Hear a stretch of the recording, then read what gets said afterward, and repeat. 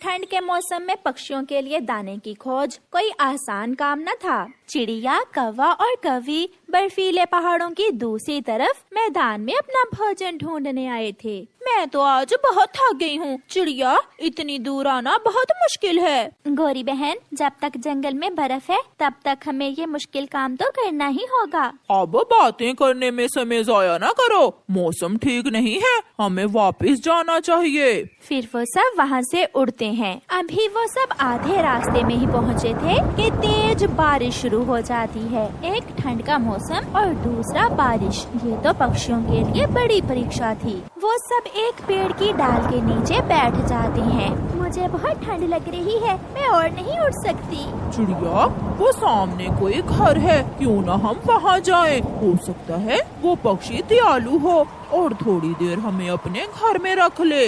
जल्दी चलो दोस्तों, वरना यहाँ हम सब मर जाएंगे। फिर वो तीनों दोस्त थोड़ी ही दूर उस घर की तरफ जाते हैं। चिड़िया दरवाजे पर दस्तक देती है। कौन है? दरवाजा खुला ही है, जो कोई भी है अंदर आ जाए। चिड़िया, गौरी कौवी और कालू कौवा घर के अंदर चले जाते हैं। माँ जी, क्या ये घर आपका है? हाँ बच्चों, ये घर मेरा ही है और मैं अकेली ही इस घर में रहती हूँ।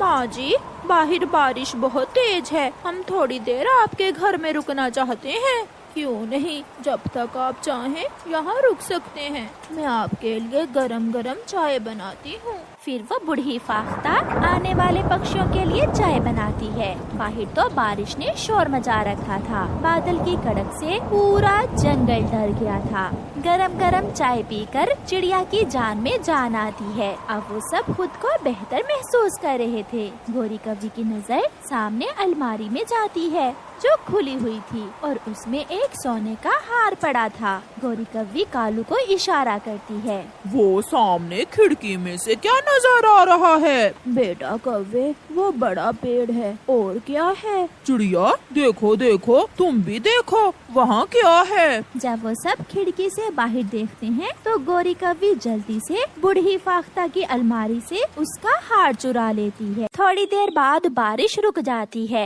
और पक्षी बूढ़ी फाख्ता को अलविदा करते हुए वहाँ से चले जाते हैं। वो सब सुरक्षित अपने जंगल वापस पहुँच जाते हैं।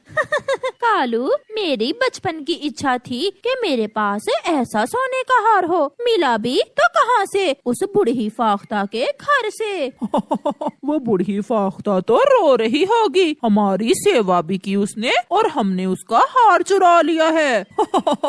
मेरा हार कहाँ जा सकता है? वो हार तो मेरी माँ ने दिया था मुझे। मैंने माँ से वादा किया था कि मैं मरते दम तक उसे अपने पास रखूंगी। वो बदमाश पक्षी ले उड़े।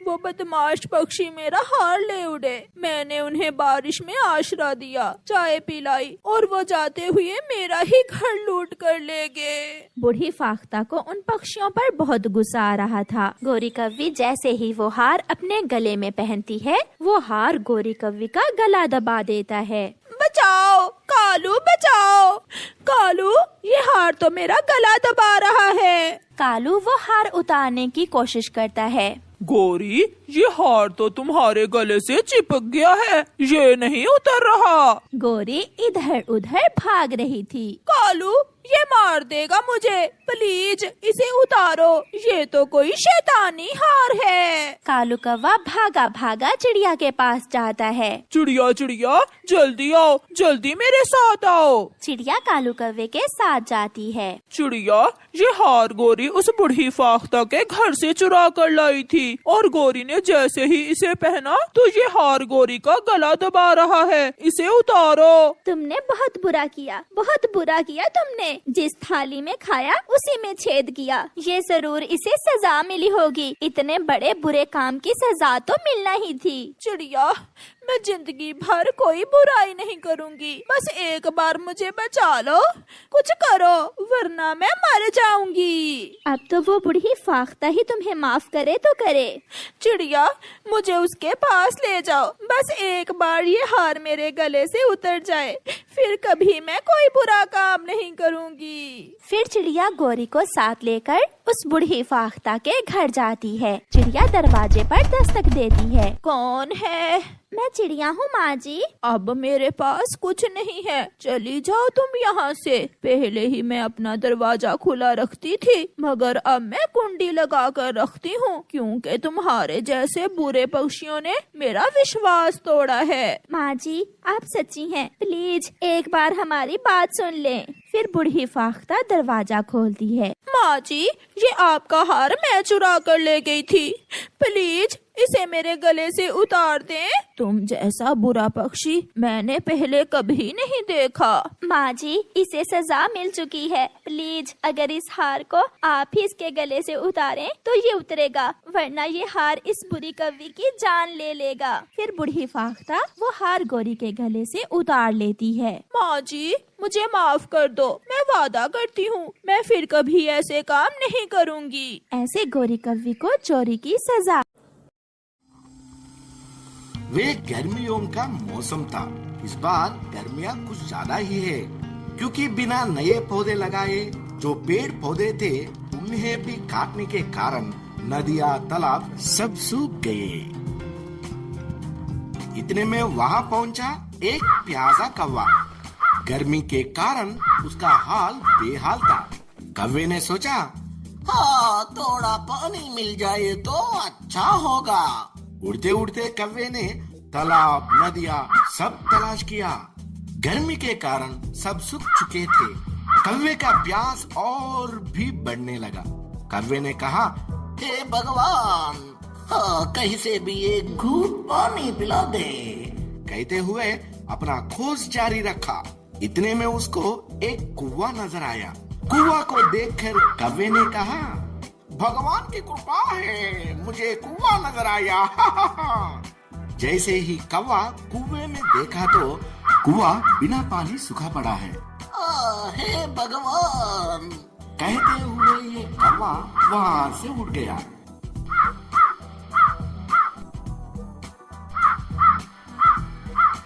उड़ते उड़ते उसकी नजर एक घर के पास रखा हुआ मटके पे गए।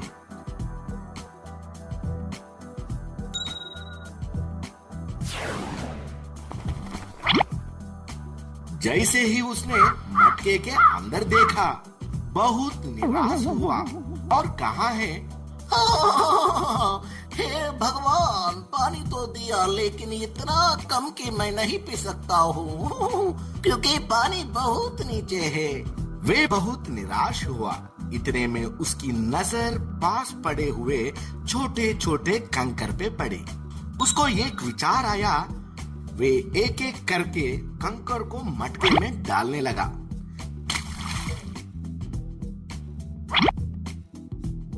धीरे धीरे पानी ऊपर आने लगा।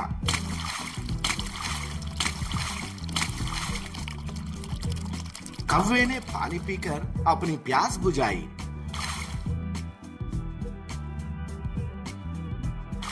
और कहा, हे भगवान, शुक्रिया शुक्रिया। कहते हुए उड़ गया। इस कहानी से हमें ये सबक मिलता है कि हमें कितनी भी मुश्किल समय आए तो मेहनत और समझदारी से काम करें तो हमें जरूर कामयाबी मिलेगी। तो हमें भी ऐसे ही समझदारी से रहना है।